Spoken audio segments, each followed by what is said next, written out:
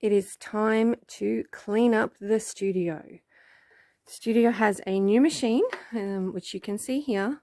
This is another A1 long arm machine, and it's on a 14-foot table, and it has a computer on it, the IQ IntelliQuilter. And I have had a rough couple of weeks getting just some tension issues sorted and all that. So whereas I was trying not to be messy in the studio this year, it has gotten that way. So joining in with Cheryl and a number of other ladies in cleaning up our studios and showing you what we've done. So in my studio, this is my desk, complete with late night snacks, or stress snacks, shall we say, and just stuff that needs to get put away. This is the our pet's bed. That's where she stays when she's in the studio, and I won't try not to make you sick. Look, I've even got just stuff that needs to be put away. There are threads everywhere on the floor. Now, if you have a studio or you're building a studio, do not put carpet on the floor. Carpet is really hard to get threads off. Now, if you've been quilting with a quilt with black thread, and you throw them on the floor, be prepared for that little stressful moment where you think, is that a thread or is it a spider? And you might have very dead thread, shall we say.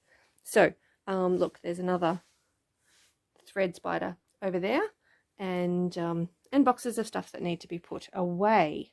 So this is where my studio needs to get tidied up. Just pause here for a sec. Right, I've just turned around, and this is the other machine. So whilst this machine behind me now decided it would have tension issues, this one decided, well, I'm going to get in on that game too. And yeah, so we've had a bit of fun. So consequently, the rest of the studio has gone to pot. There's stuff everywhere, including jackets and a hot water bottle. Just stuff on the floor. Fabric, rolls of wadding that are not where they should be. So at the end of this, there will be a lovely clean studio. I can barely get to my sewing table because of how much stuff is on it. So let's see if we can make this look so much better in not very long.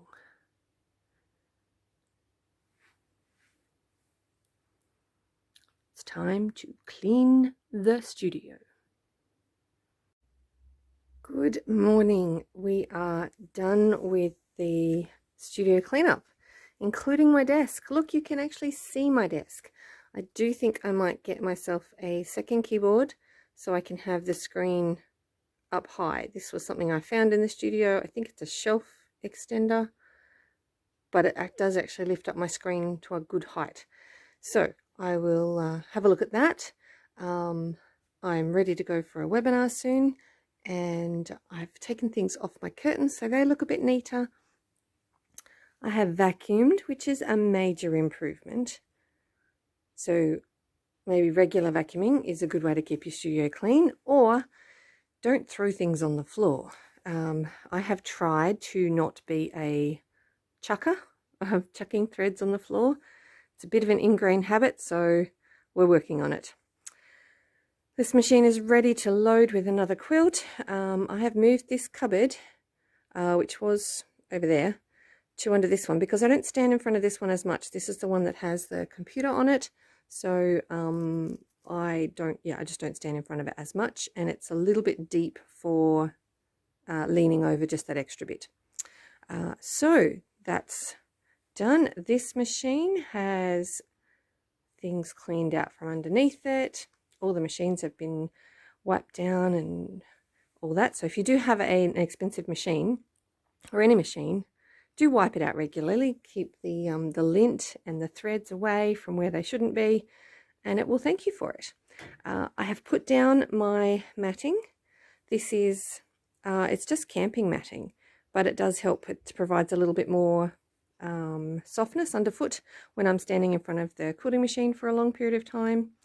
And I have cleaned off my table. All these rolls here are the paper pantographs that I have been using and will still use occasionally.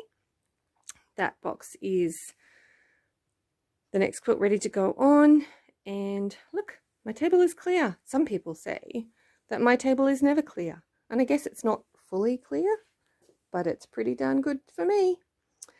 My sewing table is cleaned off and ready to go for the next thing. This is my quilt that I want to put on my machine fairly soon. And best thing, I moved the design wall to cover the shelving. So the shelving, we'll go have a sneak peek behind. The shelving hides a multitude of things. So this little thing here is my bobbin winder for the long arm machine. I do want to get a shelf and put it up here, which will be much easier to reach. And so the last thing I did was I hung some more quilts. So I'm very pleased about this wall. I had my husband help me put up the shelf, which has holds my old hand crank sewing machines, and I've hung up some of our designs. So it goes along with the other wall where I've hung lots of little ones that I've made over the years. The air conditioning, which is great in summer. It also is my heater. And back to my clean desk with coffee ready to go, and the resident studio dog.